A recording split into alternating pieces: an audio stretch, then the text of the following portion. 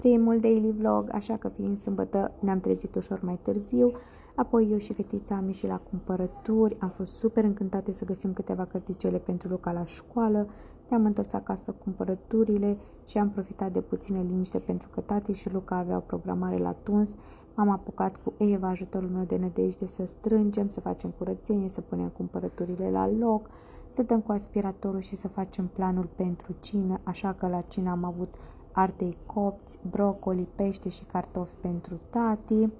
După cină, eu mi-am pregătit un produs care mă ajută și nu pot să închei nicio zi fără el. M-a scăpat de balonare, constipație și problemele cu hemoroizii. Este vorba despre Olivox.